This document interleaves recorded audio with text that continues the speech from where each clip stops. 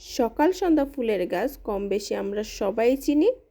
আমরা এই গাছটাকে সকাল সন্ধ্যা ফুলের গাছ বলি, কেউ আবার সন্ধ্যা মালতীও বলে। সকালবেলা যখন গাছের সবগুলো ফুল ফুটে থাকে এত পরিমাণ সুন্দর লাগে। এই গাছের ফুলগুলো আমার খুবই ভালো লাগে।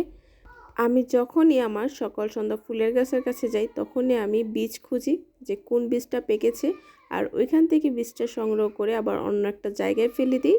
আজকে আমি যে গাছটা থেকে বীজ তুলতে আসছি এই গাছটা কিন্তু অন্য একটা গাছের বীজ থেকেই হয়েছে। আর এই গাছটা যে গাছের বীজ থেকে হয়েছে ওই গাছটা অনেক দিন আগেই মারা গিয়েছে। আমাদের এই সকাল সন্ধ্যা ফুলের গাছটা খুবই ভালো। এই গাছে প্রায় 3 কালারের ফুল হয়।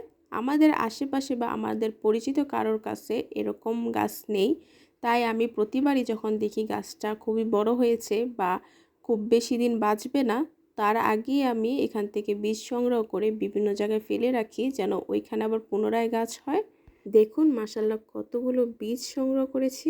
গাছে আরও অনেক বীজ আছে, এগুলো খুঁজে খুঁজে তুলতে হয়। আর এইভাবে বীজ তুলতে আমার খুব ভালো লাগে, আমি খুব আনন্দ অনুভব করি।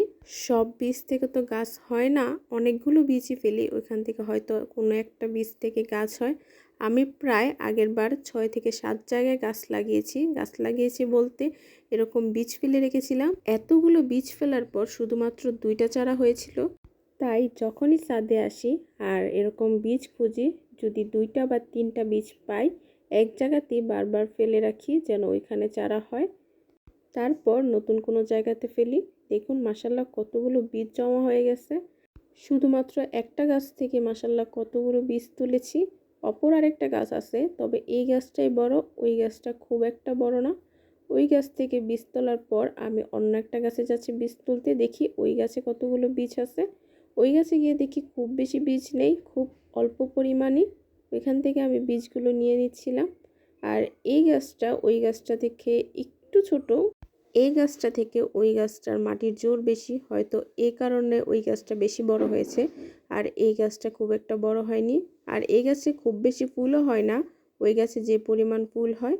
এই যে দেখুন, এখানে এসে আমি বীজগুলো ফেলছিলাম, দেখি এখানে আরেকটা গাছ হয় কি না।